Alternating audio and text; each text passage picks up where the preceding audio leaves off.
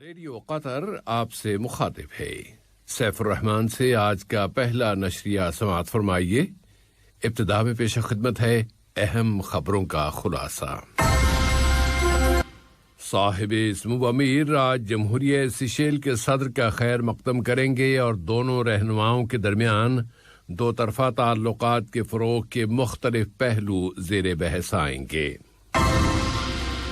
ملک میں corona virus سے شفا پانے والوں کی تعداد 160,000 سے زیادہ ہو گئی ہے اور وزارت صحت نے احتیاطی اقدامات اختیار کرنے اور ویکسین لینے کی اپیل کی ہے۔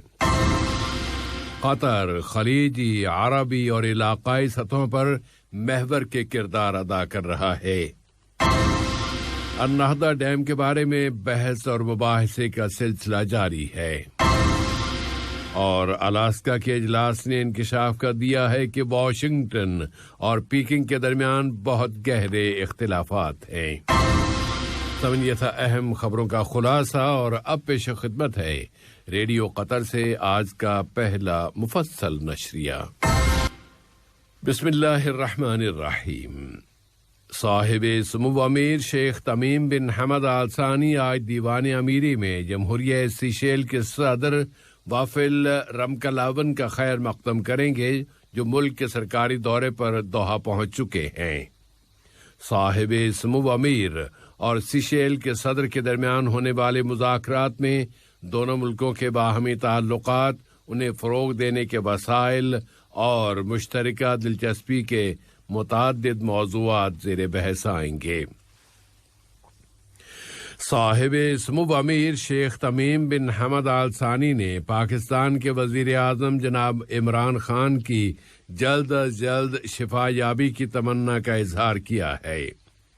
صاحب سمو امیر نے اپنے ٹویٹر پر لکھا ہے کہ میرے بھائی عمران خان کے لیے میری تمنائیں یہ ہیں کہ وہ جلد از جلد شفا پا جائیں۔ اس سے قبل پاکستان نے کل اعلان کیا تھا کہ وزیر اعظم جناب Imran Khan corona virus COVID-19 سے متاثر ہو گئے ہیں اور ان کا ٹیسٹ پازیٹو آیا ہے۔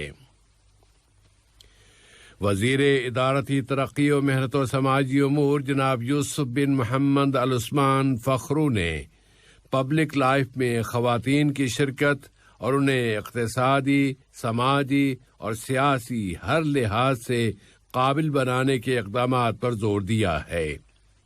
وہ اقوام متحدہ میں خواتین کی پوزیشن اور حیثیت کی کمیٹی کے 65ویں سیشن سے قطر کی جانب سے خطاب فرما رہے تھے۔ وزارت ادارتی ترقی و محنت و سماجی امور نے اعلان کر دیا ہے کہ ملک میں کم سے کم تنخواہوں کا نفاذ شروع ہو گیا ہے اور اس کا اطلاق تمام مزدوروں پر ہوگا، قطع نظر اس بات کے کہ ان کی نیشنلٹی یا شہریت کیا ہے اور وہ کس شعبے میں کام کرتے ہیں۔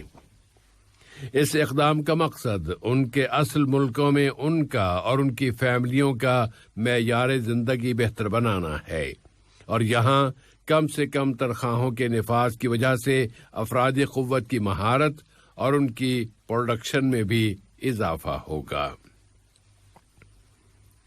وزیر مملکت برائے امور توانائی اور قطر پیٹرولیم کے ایگزیکٹو چیئرمین انجینئر سعد بن شریدہ الکعبی نے قدرتی مائع گیس LNG کے ٹینکرز کرائے پر حاصل کرنے کے لیے ایک پیکج کا اجرا کر دیا ہے۔ اس فیصلے سے قطر کی مسلسل پیش رفت کی عکاسی ہوتی ہے کہ وہ قدرتی مائع گیس LNG کی پروڈکشن میں مسلسل وسعت لا رہا ہے۔ قطر پیٹرولیم نے LNG ٹینکر کرائے پر حاصل کرنے کی بولی دینے اور بڈنگ کی دعوت جاری کر دی ہے، تاکہ شمال گیس فیلڈ میں کمرشل پروڈکشن میں توسیع کے منصوبوں کی تکمیل کے بعد قدرتی مائع گیس کی ترسیل کی ضرورتیں پوری ہو سکیں۔ ان منصوبوں کی تکمیل کے بعد قدرتی مائع گیس کی قطری پیداوار سن 2027 تک 126 ملین ٹن سالانہ ہو جائے گی۔ منصوبہ بندی اور شماریات کی اتھارٹی کے سربراہ ڈاکٹر صالح بن محمد النابت نے پائیدار ترقی کے 2030 کے ایجنڈے کے مقاصد کو پورا کرنے کے لیے ملک کے تمام اداروں کی پیش رفت اور ترقی کو سراہا ہے۔ منصوبہ بندی اور شماریات کی اتھارٹی نے ایک دستاویز تیار کرنا شروع کر دی ہے جس میں اس سال کے دوران قطر میں قومی رضاکاری کا جائزہ پیش کیا جائے گا اور یہ دستاویز اقوام متحدہ کی اقتصادی اور سماجی کونسل کے اعلیٰ سطحی فورم میں پیش کی جائے گی۔ یہ فورم اس سال ماہ جولائی کے دوران نیو یارک میں منعقد ہونے والا ہے۔ اس اتھارٹی نے مزید بتایا ہے کہ اس دستاویز میں پورے ملک کی سطح پر پائیدار ترقی کے ایجنڈے کے مقاصد کی تکمیل میں ہونے والی پیش قدمی درج کی جائے گی اور کورونا کی وبا کا مقابلہ کرنے کے لیے یہاں اختیار کی گئی حکمت عملی اور اسٹریٹجی بھی بتائی جائے گی۔ ملک میں کورونا وائرس کی صورتحال پر نظر ڈالتے ہوئے وزارت صحت عامہ نے اعلان کیا ہے کہ ملک میں کورونا وائرس کے مزید 509 مصدقہ کیسز رجسٹر ہوئے ہیں اور 328 بیمار اب صحت یاب ہو گئے ہیں۔ اس طرح ملک میں اب تک اس بیماری سے شفا پانے والوں کی کل تعداد 1,60,115 ہو گئی ہے۔ مزید ایک مریض چل بسا ہے جسے ضروری طبی سرپرستی فراہم کی گئی تھی۔ کورونا سے متاثر ہونے والوں کی تعداد میں مسلسل اضافے کی وجہ سے وزارت صحت نے سب لوگوں سے اپیل کی ہے کہ وہ احتیاطی تدابیر پر عمل درآمد جاری رکھیں اور اس نے اس وائرس کی نئی نسل کی آمد پر متنبہ بھی کیا ہے۔ قطر خلیجی، عربی اور علاقائی سطحوں پر اہم اور بنیادی کردار ادا کر رہا ہے۔ قطر نے تشدد، مجرمانہ کارروائیوں اور تخریب کاری کو مسترد کر دینے کے اپنے مستقل موقع پر زور دیا ہے، خواہ اس کی وجوہات و اسباب کچھ بھی کیوں نہ ہوں۔ قطر نے برادر ملک سعودی عرب کے شہر ریاض میں تیل صاف کرنے کے کارخانے پر کی جانے والی جارحیت کی سخت ترین الفاظ میں مذمت کی ہے، اور یہاں کی وزارت خارجہ نے اپنے ایک بیان میں کہا ہے کہ اہم تنصیبات اور وائٹل نسلز کے نشانہ بنانا تخریب کاری ہے جو تمام تر بین الاقوامی روایات اور قوانین کی منافی ہے۔ اس سے دنیا کو ایندھن کی سپلائی کی سیکیورٹی اور استحکام پر منفی اثرات پڑیں گے۔ بین الاقوامی سلامتی کونسل یا امن و سلامتی کی بحالی کی کوششوں میں قطر نے زور دے کر کہا ہے کہ وہ شامی بحران کے خاتمے کے لیے اپنی کوششیں جاری رکھے گا۔ اقوام متحدہ میں قطر کی مستقل مندوب سفیرہ الشیخہ علیہ احمد بن سیف آل ثانی نے زور دے کر کہا ہے کہ قطر پوری سنجیدگی کے ساتھ اپنے بین الاقوامی پارٹنرز اور شرکاء کے ساتھ مل کر تعاون کے ہر ممکنہ وسائل تلاش کرتا ہے تاکہ وہ شام کے بحران کو ختم کرانے میں تعمیری طریقے سے حصہ لے سکے۔ اپنے بھائیوں کی مدد کے لیے قطری کوششوں کے ضمن میں قطر کی ریڈ کرسچن سوسائٹی نے یمن میں اسکولوں کے بچوں کو وارم ونٹر نامی منصوبے کے تحت وہاں کے بچوں میں 18,000 ونٹر بیگ تقسیم کیے ہیں۔ اس نے یمن کی ہلال احمر سوسائٹی کے ساتھ مل کر غریب اور نادار خاندانوں کی مدد کے لیے یمن کی 5 گورنریوں میں اس منصوبے کو نافذ کیا ہے۔ بھائیوں کی مدد کے لیے قطر کے مستقل موقفوں کو بین الاقوامی سطح پر قدر و منزلت کی نگاہ سے دیکھا جاتا ہے۔ ماسکو میں افغان فریقوں کے اجلاس کے اختتام پر، جس میں بیرونی دنیا کی نمائندگی بھی تھی، اس اجلاس میں قطر کے اس کردار اور اس کی اس خواہش کو سراہا گیا ہے کہ افغانستان میں امن بحال ہو جائے۔ دہشت گردی کے خاتمے اور تنازعوں کے تصفیے میں ثالثی کے لیے وزیر خارجہ کے خصوصی ایلچی ڈاکٹر مطلق بن ماجد القحطانی نے ماسکو کے اس اجلاس میں شرکت کی ہے۔ انہوں نے اس امید کا اظہار کیا ہے کہ اس اجلاس کے ذریعے دوحہ مذاکرات کو آگے بڑھانے میں مدد ملے گی اور پھر اس کے نتیجے میں افغانستان میں امن سمجھوتا ہو جائے گا۔ دنیا اثنا پاکستان کے وزیر خارجہ شاہ محمود قریشی نے اپنے افغان ہم منصب حنیف اتمار سے ایک ٹیلی فون رابطے میں کہا ہے کہ اسلام آباد افغانستان میں مذاکرات کے ذریعے جامع سیاسی تصفیے کے لیے کی جانے والی کوششوں میں سہولتوں کی فراہمی کا پابند رہے گا۔ ترک فضائیہ نے کل رات شام کے شمالی حصے میں کردوں کے زیر کنٹرول علاقے پر حملے کیے ہیں۔ حقوق انسانی کی شامی رصدگاہ کے مطابق گزشتہ 17 مہینوں میں یہ اپنی نوعیت کے پہلے حملے ہیں۔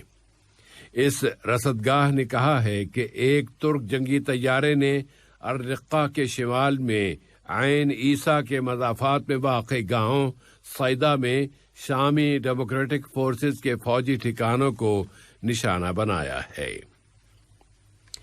النہضہ ڈیم کے حوالے سے سوڈان، مصر اور ایتھیوپیا کے درمیان مذاکرات رکاوٹوں کے شکار ہو گئے ہیں، جس کی وجہ اس ڈیم کو بھرنے کے دوسرے مرحلے کے بارے میں ان ملکوں کے درمیان اختلافات ہیں۔